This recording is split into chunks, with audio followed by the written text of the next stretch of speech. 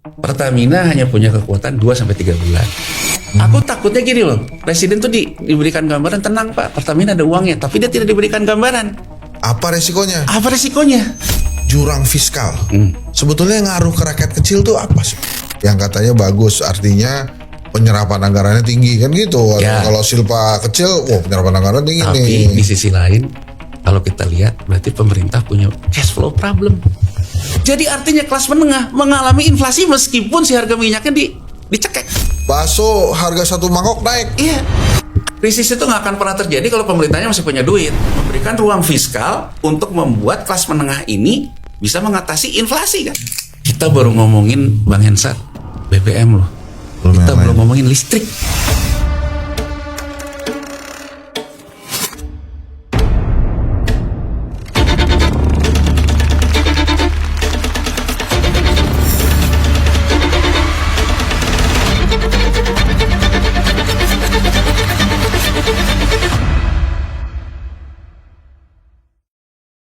Bismillahirrahmanirrahim. Assalamualaikum warahmatullahi wabarakatuh. Ini saya kedatangan sahabat saya yang berhasil menurunkan banyak sekali berat badannya. Ntar gue mau Kemarin gue lagi jungkir balik juga nih. Target gue kayak Ardi gitu lah. Wah jauh dong kalau gitu. Emang masih jauh bro. Ini dia Mas Jan Wariski. Iya. Ini kita kalau di sini kan pasti ngomongin tentang ekonomi. Kemarin gue sama Prof. Feryatuhin ngebahas tuh kenapa kemudian perangnya Amerika Israel Iran ini malah justru membuat harga emas jatuh. Salah satu asumsinya ya orang lebih baik beli minyak daripada nyimpen emas. Gitu. Tapi kita nggak ke situ deh. Kemarin tuh pemerintah mengumumkan tidak akan menaikkan harga BBM subsidi. Jadi Pertalite tuh nggak akan naik ya. Sama solar. Solar nggak naik ya. Gue nggak tahu nih yang non subsidi Pertamax sama Turbo tuh ya itu gimana. Berarti negara kita kaya ya. Itu gimana sih perhitungannya itu sampai berhasil nih nggak usah menaikin subsidi itu gimana tuh? Nggak menaikkan harga BBM tuh gimana tuh? Gini, pertama kita lihat dulu skemanya ya. Skemanya bahwa sebetulnya sebelum kita kena tekanan harga minyak yang ditekan sama perang Iran, Israel, Amerika Serikat ini, sebetulnya fiskal kita udah parah bro. Gitu. Jadi artinya kita udah mengalami apa yang disebut dengan fiscal cliff, jurang fiskal. Jadi jurang fiskal itu ketika defisitnya melebar, yang diakibatkan penerimaan turun, belanjanya naik. Gitu ya, itu udah terjadi. Nah, kalau kita lihat dalam sejarah dunia, ya, kalau kita lihat dalam sejarah dunia, sebetulnya kan yang namanya harga minyak ini dikembalikan lagi menjadi petrodolar, gitu ya. Itu di tahun 71. Ketika Presiden Nixon dia mencabut undang-undang yang mengharuskan Bank Sentral Amerika Serikat kalau menerbitkan surat utang, gitu ya, itu harus ada rasionya dengan cadangan emasnya. Dicabut tuh yang dikeluarkan oleh Roosevelt tahun 34. Nah, pada waktu itu Presiden Nixon mengatakan bahwa di mana sebetulnya pengganti devisanya itu dari devisa migas Amerika Serikat. Jadi singkat cerita dari tahun 70 sampai dengan 77 harga emas itu naik. Itu yang orang bilang era petrodolar. Gitu ya. Nah, era petrodolar. Nah, era petrodolar juga yang membuat yang namanya muncul industri hedge fund di Amerika Serikat. Jadi kalau tadi dibilang bahwa pembahasan Mas Hensat dengan Prof. Ferry gitu ya, bahas tentang minyak dan emas, itu sebetulnya polanya adalah hedge fund merealokasi yang kemarin di emas, dia sekarang alokasi ke minyak. Karena sinyal petrodolar juga sebetulnya. Gitu ya, itu jadi itu juga terjadi di tahun 71 sampai 77. Tapi satu fakta yang menarik bro, ya. Di tahun 78 itu, begitu tahun 77 emasnya diturunin, dijatuhin karena ya yang nama hedge fund selalu cari untung. Cari untung, udah harga jual terbaik ya dia akan main kontraknya dan sebagainya. Nah, ketika harga itu turun, itu memukul yang namanya Meksiko yang mengalami fiscal cliff di tahun 78. Tahun 80 dia gagal bayar. Kalau kita tarik lagi ke sini ya, di tahun krisis moneter Asia tahun 98 gitu ya. 98 sama 2008 kalau ya, 98 dulu nih. 98 sebetulnya asumsi ketika harga minyak itu kembali naik ke atas itu memukul negara yang memang fiskalnya lagi lemah. Jadi singkat cerita dari penjelasan gue ini, gue mau ngomong bahwa sebetulnya harga emas itu akan menjadi pendorong kalau ketika ada mobil fiskal satu negara yang udah di pinggir jurang. Begitu ada harga minyak itu dia kedorong, jatuhlah dia ke jurang. Gitu ya, jatuhlah dia ke jurang. Jadi kita harus bedakan antara bahwa fiskal yang menyebabkan kita ke tepi jurang atau fiskal yang mendorong kita yang di tepi jurang ke jurang. Itu loh bro, itu yang harus kita baca dulu gitu ya. Nah, yang harus kita baca dulu. Nah, bahwa ada negara yang diinginkan gagal fiskal dalam sejarah dunia untuk mempertahankan hegemoni US dollar memang selalu diulang-ulang bro. Kalau kita lihat dalam sejarahnya.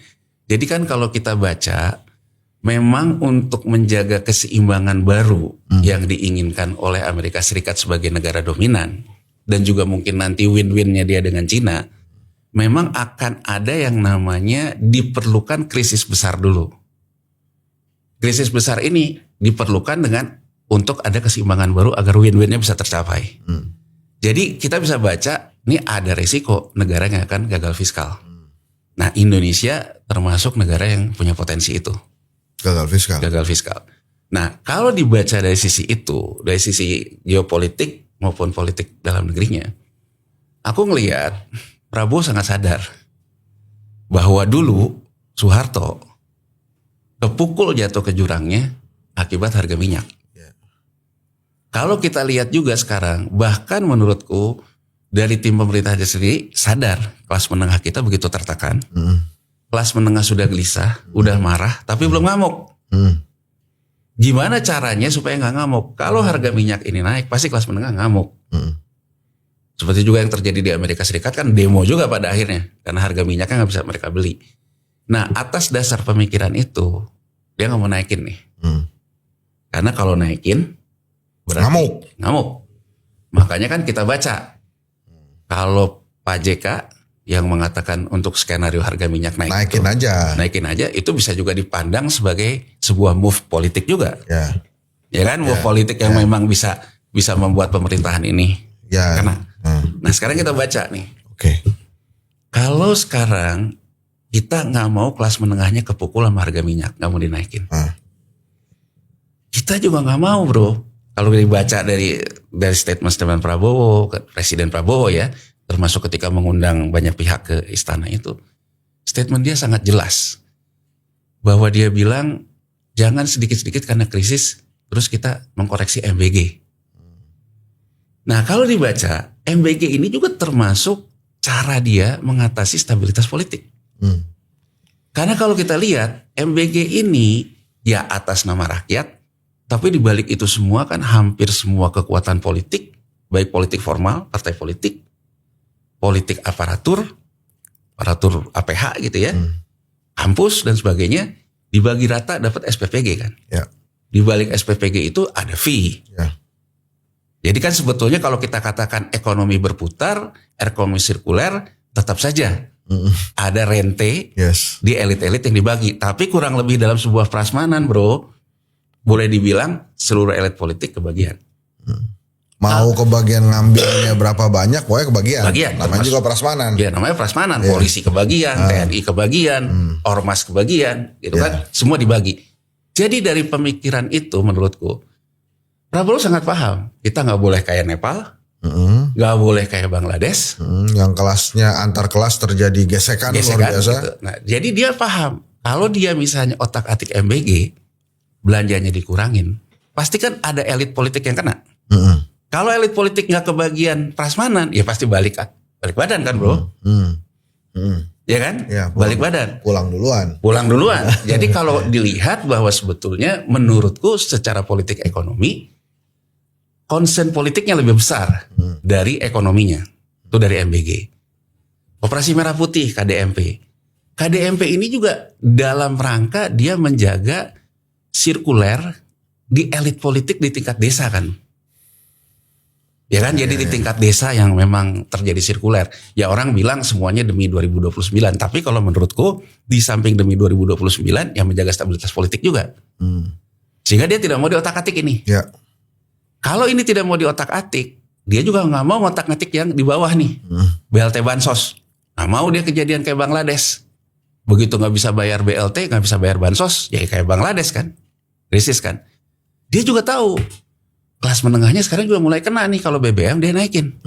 Jadi kalau belajar ilmu ekonomi itu kan mengalokasikan keterbatasan kepada sesuatu yang kita prioritaskan.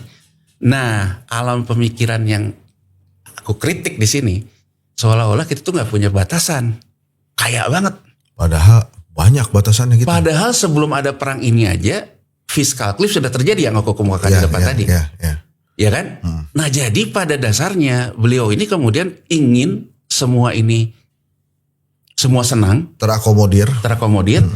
Dan menurutku dia dikelilingi oleh orang-orang yang ya seolah-olah memberikan keyakinan kepada dia itu workable, bisa dikerjakan. Gak pengen susah orang-orang itu. Gak pengen susah. Pokoknya ya dicari aja deh. Yang penting presiden senang dan sebagainya. Happy. Sekarang kita lihat bagaimana caranya. Saya mencermati nih apa yang dikatakan oleh Menteri Keuangan. Ya, Purbaya Yudisadewa di DPR. Dia bilang yang kita jamin adalah BBM subsidi sampai akhir tahun gak naik. Purbaya bilang di DPR, tapi kalau yang non subsidi itu urusan Pertamina sama SDM. Itu kan dia bilang. Sekarang kita cermati di sini. Artinya ya, dan Purbaya ketika di doorstop oleh wartawan mengatakan yang penting dia bilang sejak awal tahun tagihan kompensasi dari Pertamina itu kita bayar 70%, sisa 30%. Jadi Purbaya ingin memberikan satu sinyal bahwa pemerintah memberikan kecepatan pembayaran kompensasi. Purbaya juga mengatakan kita udah hitung keuangan Pertamina kuat. Nah, aku ngelihat dari sinyal-sinyal omongan ini. Terus aku lihat gitu, oh ini kayaknya asumsinya adalah Pertamina disuruh nanggung dulu. Pakai duitnya Pertamina. Untuk kalaupun ada kenaikan selisih subsidi tanggung dulu. Kalaupun juga nanti ada kenaikan selisih kompensasi, karena di April ini non subsidi pun nggak dinaikin ya, kita nggak tahu ke depannya. Pertamina tanggung dulu deh, nanti tagihin ke pemerintah. Artinya Pertamina akan ngambil kas setara kas di neraca asetnya untuk ngatasin dulu yang namanya kenaikan harga subsidi, kenaikan kompensasi. Di rugi labanya dia akan catat pendapatan subsidi akan naik, pendapatan konsumsi akan naik, tapi masuk ke piutang tagihan ke pemerintah. Nah, dari asumsi itu aku coba hitung gitu. Nah, laporan keuangan Pertamina yang udah keluar ini kan 2024, 2025 belum keluar.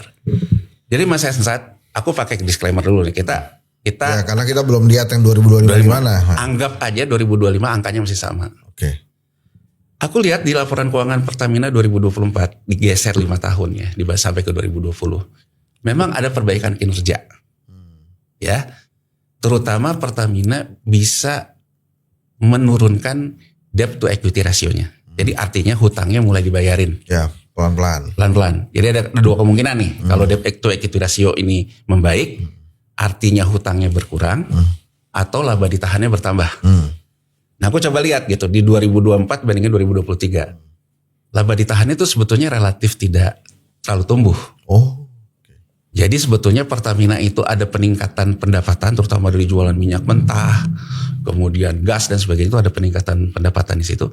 Tapi marginnya meningkat, jadi artinya biaya operasionalnya naik gitu loh bro. Jadi artinya satu sisi pendapatan dia naik, tapi operasionalnya naik. Jadi sebetulnya selisih marginnya dikit lah.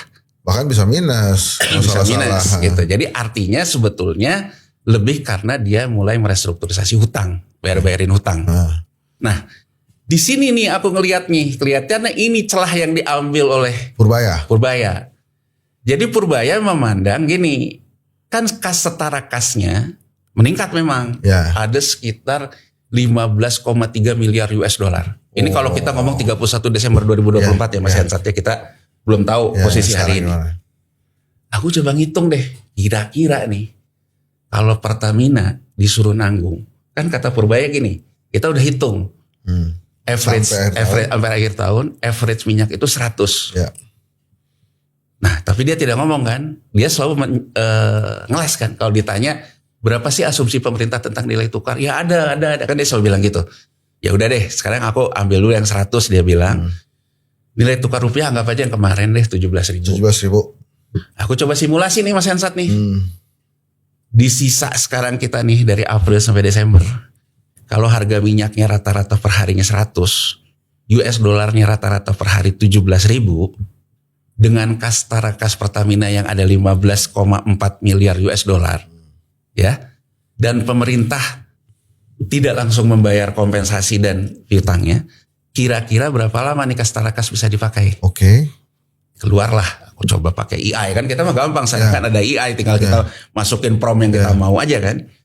Nah, menurut EI yang aku pakai untuk simulasi itu, Pertamina hanya punya kekuatan 2-3 bulan. Berarti Juli lah ya. Nah, 2-3 bulan. Terus aku buat lagi, kalau seandainya hanya subsidi saja, kompensasi berarti kan dibiarin ke pasar. Berapa Pertamina bisa punya kekuatan? Berdasarkan asumsi kiloliter subsidi yang ada dalam APBN juga nih. Ya. Berarti kan pembatasan subsidi juga pada akhirnya, Mas Hensat ya. 6 bulan. Oh gitu. Jadi dari situ aku ketemu nih benang merahnya. Oh ini pakai asumsi, ya pakai duit Pertamina dihabisin 6 bulan untuk subsidi, bukannya bisa dipastiin nggak akan dinaikin. Tapi duit Pertamina dipakai. Nah artinya kalau itu yang terjadi, Pertamina itu akan menjadi korporasi yang miskin secara kas, kaya secara piutang.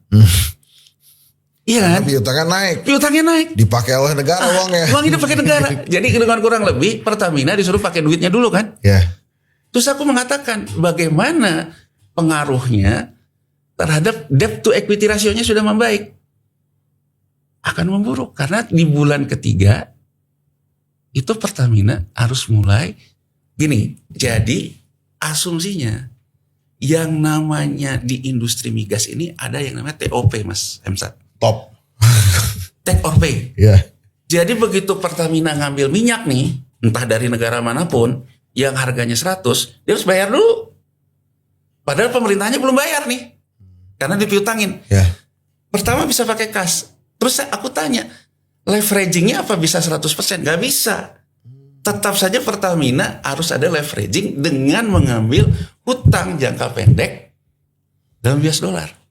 Mas Hensat, jadi kenapa walaupun US dollar index kemarin itu melemah, 11.200 bahkan sempat sampai US dollar index itu melemah Mas. Jadi sebetulnya US dollar terhadap euro menguat terhadap indeksnya kita itu jadi melemah. Tapi kita malah rupiah kita lemah kan, harusnya rupiah kita kuat kemarin. Karena US dollar indeksnya melemah.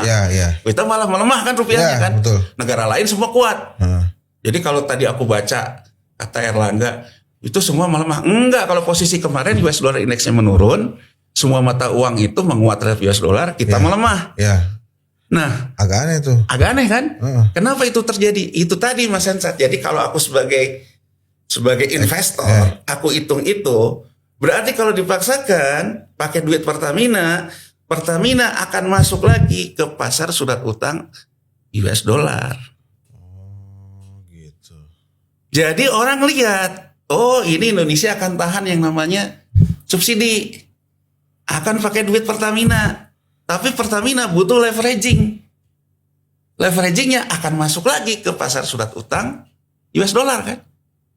Makanya melemah kemarin. Tapi kemarin Miss Bakun tuh udah bilang tuh harusnya rupiah kita tuh 15.000 bukan 17.000 karena ada kaitannya dengan indeks dolar menengah itu kali. Apa yang melemah itu? Indeks dolar melemah tuh. Itu hitungannya. Kalau fundamental itu kan hitungannya berapa kita dapat pasokan uang masuk dari ekspor selisih impor. Ya kita kalau kita kembali lagi ke yang diomongin Miss Bakun, emang kita udah dari zaman company dulu kan. Bahwa duitnya emang gak balik lagi kan. Itu kan yang selalu dibilang sama BI dan devisa hasil ekspor. Jadi kurang lebih sebetulnya oke lah, anggap aja bener kan. Aku juga lihat ya kan yang Miss Bakun bilang itu juga merefer apa yang dihitung oleh Anton Hendranata kan. Gitu ya 15.000. Benar. Kalau sekarang 15.000, ini udah 17.000. Berarti kan yang diakibatkan persepsi 2.000. Iya. Persepsi ini bisa terjadi apa? Satu, di hitungan fundamental ini tidak semua asumsi itu terpenuhi. Misalnya kalau kita masukin dalam fundamental itu ekspor impor, uangnya kalau nggak masuk ya harus kita keluarkan. Berarti bukan fundamental kita, uangnya di luar. Oke. Koreksi-koreksi terhadap model ini juga harus dilakukan gitu loh. Kedua, terkait dengan persepsi. Kalau persepsinya di dalam negeri aja orang mulai nggak percaya rupiah, ya akan tambah buruk gitu. Nah, ini juga kembali lagi. Begitu saya ngelihat ke depan, oh Indonesia nih kelihatannya Pertamina akan masuk lagi nih ke pasar surat utang global bondnya US dollar karena kebutuhan mangku dulu punya pemerintah. Berarti kan aku bisa lihat di depan kurva Indonesia akan demand lebih besar terhadap US dollar. Kalau sekarang aku pasang posisi duluan mendahului kurva, Wow, untung gede. oh iya dong, itu kan menurutku ya kan kembali lagi Mas Hensat. Harga keseimbangan itu dibentukkan oleh fundamental dan teknikal. Yes. Kalau fundamental keluar sebagai pemenang, berarti kita memang nggak banyak isu bang. Jadi aku mau balikin lagi apa yang dikatakan oleh Miss Bakun. Negara kita banyak isunya, bahkan di antara warga negaranya aja nggak percaya mana rupiah gitu loh. Jadi kalau sekarang harganya terkoreksi kayak gitu terus, ya karena isunya banyak. Nah sekarang kan termasuk dengan yang dibahas di DPR menimbulkan satu isu kan di mata orang-orang yang memang di financial market. Oh Indonesia akan banyak nih akan masuk lagi ke pasar surat utang US dollar. Ya wajar dong. Nah jadi Bang Hensat, itu cara melihatnya. Nah, lalu kita lihat nih, aku lihat gitu, apakah yang kompensasinya betul-betul akan diserahkan ke pasar? Misal, kan tadi asumsinya kita hitung ya, kalau semua subsidi berdasarkan kas setara kas yang 15,4, aku nggak tahu angka realnya ya. Ini angka 31 Desember 2024. Itu memang punya ruang 6 bulan. Tapi tetap saja Pertamina membutuhkan leveraging sekitar 30%.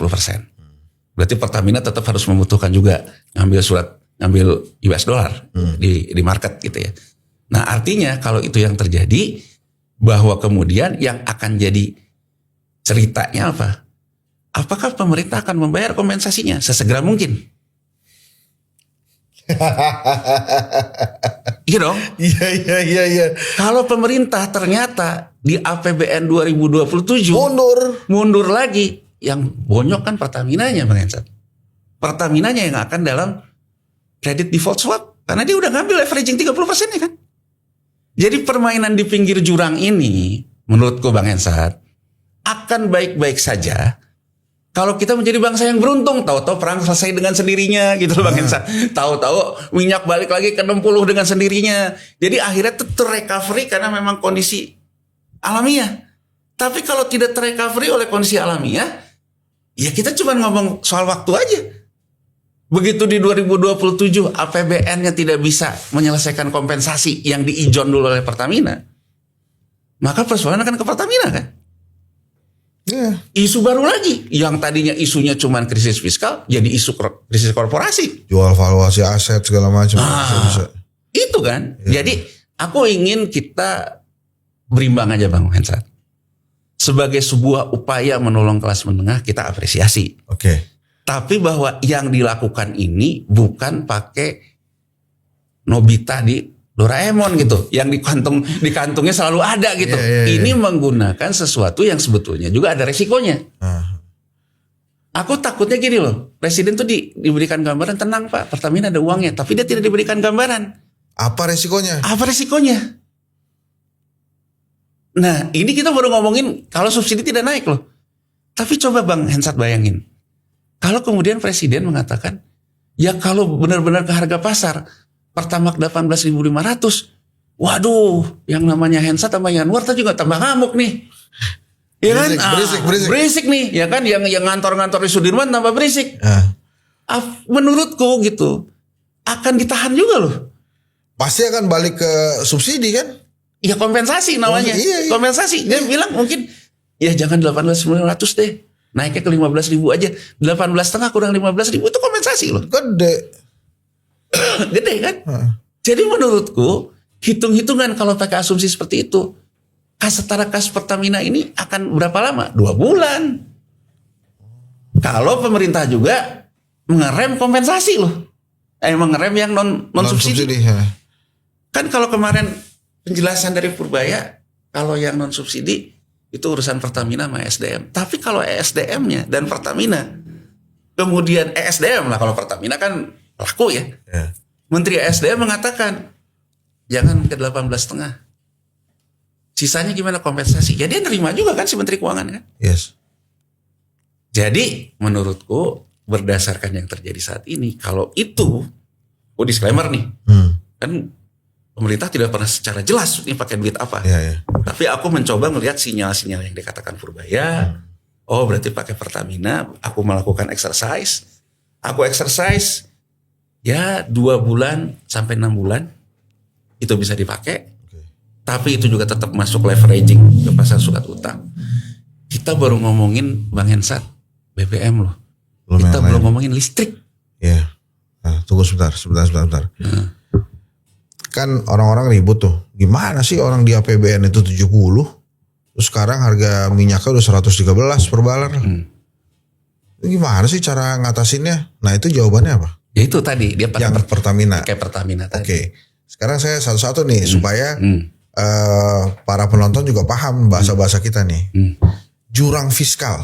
Sebetulnya ngaruh ke rakyat kecil tuh apa sebenarnya? Oke, jurang fiskal ini ngaruh ke rakyat kecil ya. Ke rakyat lah ya, rakyat menengah bawah tuh apa? Jadi kalau sekarang kita ngatakan jurang fiskal nih, pertama penerimaan kita turun. Penerimaan negara. Turun. Penerimaan negara turun ini berarti kan sinyal adanya daya beli yang turun. Ya. Karena PPN turun. Betul. PPH turun. Ya. Dalam posisi seperti itu, sebetulnya sinyal di masyarakat tuh sudah terjadi nih. Daya belinya bermasalah. Ya. Ini kan yang disanggah terus nih. Baik oleh Sri Mulyani maupun oleh Purbaya. Nah, aku ingin fokus saja.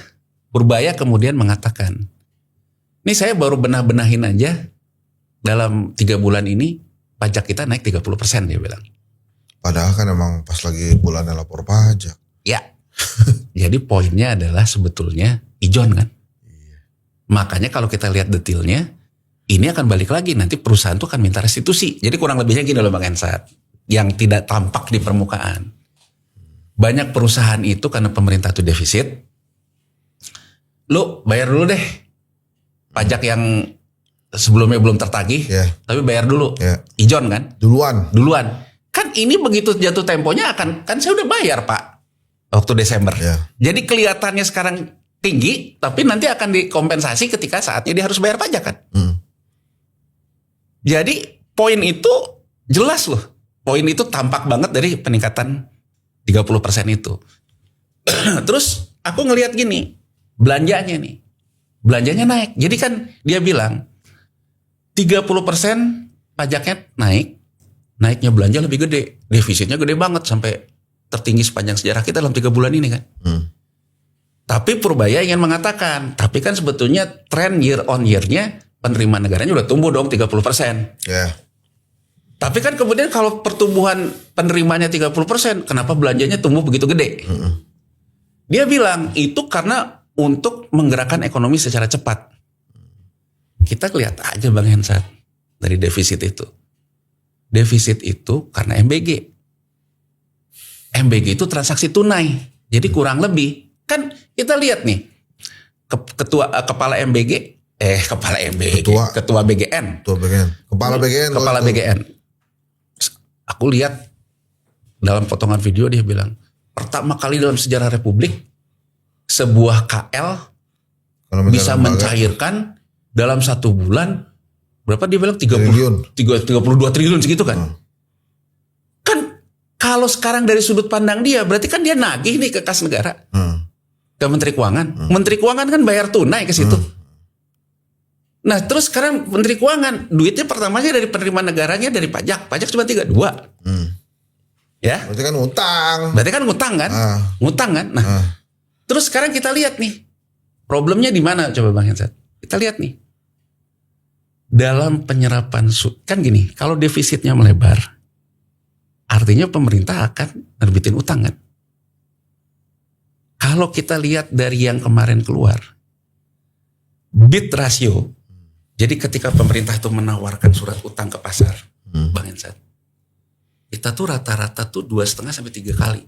Jadi oversubscribe itu 2,5 sampai 3 kali. Jadi kalau kita nawarin ke pasar cuman mau ngambil utang 100, pasar yang masuk itu 300. Terakhir bid ratio kita cuma 1,1 bro. Jadi artinya dari sudut pandang orang tertarik untuk ngambil surat utang kita tuh udah turun. Takut kagak bisa bayar. Nah udah turun kan. Iya. Nah coba kita lihat. Dulu eranya Sri Mulyani yang orang sebut dengan SAL itu, yang sampai 400 triliun segala macam. Di awal triwulan itu, 3 bulan pertama itu, pemerintahan itu termasuk tahun lalu, itu melakukan front loading. Jadi gini maksudnya front loading. Begitu pemerintah nawarin surat utang, minta 100. Market ternyata ada 300. Diambil semuanya 300-300-nya di front loading gitu loh Bang. Iya, iya. Ya, Langsung maksimal dia. langsung maksimal diambil untuk cadangan semar lah duitnya buat ke depan. Coba Cadangan semar. ini kan cadangan semar ini kan bahasa ekonominya silpa nih, ya kan silpa, sisa anggaran. Silpa ketika kemarin dia umumin itu terendah sepanjang sejarah kita loh. Yang katanya bagus, artinya penyerapan anggarannya tinggi kan gitu. Ya. Kalau silpa kecil, wah penyerapan anggaran tinggi Tapi nih. di sisi lain kalau kita lihat berarti pemerintah punya cash flow problem. Itu yang kemudian dia bilang kan, saya baru tahu orang dalam Kemenq sendiri ngomong kemana-mana, duit kita tinggal 2 minggu. Isu duit 2 minggu itu kalau kita hitung secara rasional, ya karena silvanya cuma segitu. Kalau silvanya cuma segitu, lu nggak dapat lagi surat utang baru, nggak dapat lagi penambahan penerimaan pajak, ya duit silpa sisa itu cuma buat 2 minggu gitu loh ngitungnya Bang. Aduh. Nah jadi dari profil kayak gitu, kembali ke pertanyaan Bang Hensat tadi, satu, kelas menengah kita tertekan, tetap tertekan. Kenaikan pajak itu bukan karena kelas menengah yang pulih, Akhirnya ketidakpuasannya jadi tinggi. Nah ruang fiskalnya semakin sempit dan ruang fiskal dioptimalkan ke KDMP, ke Koperasi Merah Putih dan sebagainya. Di level elitnya mungkin happy, tapi di level kelas menengahnya dia mulai tambah gelisah kan. Bang Hensat bayangin nggak? Sekarang misalnya BBM-nya nggak naik, kan BBM nggak naik, inflasi nggak naik, tapi orang mulai ngomong, kok susu anak gue udah naik 2 kali lipat ya? Terus orang bilang juga, kok harga ini udah naik sekian? Kemudian mulai menyeruak, produsen plastik bilang udah nggak dapat plastik. 50% naik udah sekarang. 100% kan gitu, semua butuh plastik kan? Jadi artinya kelas menengah mengalami inflasi meskipun si harga minyaknya dicekek. Iya kan? Tetap aja harganya naik. Nah, bakso harga 1 mangkok naik. iya. Artinya kalau pemerintah ruang fiskalnya sempit untuk membantu kelas menengah mengatasi masalah-masalah real dalam sehari-harinya. Kan gini Bang Hensat, kalau kita ngomong politik gitu, krisis itu nggak akan pernah terjadi kalau pemerintahnya masih punya duit. Ya itu sih nggak usah negara Pak. Krisis dalam rumah tangga juga begitu, akan terjadi krisis kalau lakinya nggak punya duit. Ya nggak? Kan gampangnya gini, kelas menengah yang sekarang resah, ketika dia mengalami harga susu anaknya naik segala naik, tapi dia masih kerja, dia masih bisa gesek kartu kreditnya. Mungkin dia hanya gerundel aja, wah gimana sih gini-gini gitu kan. Tapi Bang Hensat, apa yang terjadi? Pada saat kartu kreditnya mentok limit, mulai marah. dia nggak bisa berutang lagi. Mulai ngamuk. Nah jadi dalam concern yang seperti ini, sebetulnya menurutku yang namanya konsensus antar elit harus dikurangin. Memberikan ruang fiskal untuk membuat kelas menengah ini bisa mengatasi inflasi kan. Kalau itu nggak terjadi Bang Hensat, ya mohon maaf kata gitu, kita sebetulnya lagi bom waktu aja. Yang namanya pada akhirnya akan marah dengan sendirinya. Jadi aku dalam posisi gini loh. Tadi kita ngomong gitu, fundamental rupiah katanya dihitung 15.000, berarti 17.000-nya persepsi. Kalau sekarang persepsinya masih isunya ya kayak iler lah, keluar masuk kayak gini, mungkin ya 17,5. Tapi kalau misalnya persepsinya, waduh, kelas menengahnya udah mulai ngamuk. Waduh, 20.000. Oh, jadi sebetulnya apa yang dikatakan oleh Prof. Ferry misalnya 20.000, 22.000 itu membutuhkan isu besar. Isu besar itu akan terkait dengan gagal fiskal yang menyulut ke kemarahan. Nah, jadi kalau kita lihat nih sekarang cara berpikir pemerintahan Presiden Prabowo ingin membuat semua senang, padahal duitnya itu terbatas. Nah, ini tolong ya. Ini masuk politik nih soalnya. Ingin membuat semua senang, yang akhirnya semua lawan politik Prabowo itu ngintip semua di tikungan, bos. Ya. Jadi begitu ada kesempatan nyalip Prabowo di tikungan, itu disalip semua. Jadi ini Prabowo mesti hati-hati. Jangan sampai dia merasa koalisinya itu kuat. Ya. Yes man. Padahal sebetulnya ngintip-ngintip. Gitu kan. Iya, sama juga dengan apa yang terjadi Pak Harto kan, yang ninggalin duluan kan loyalisnya kan, begitu loh.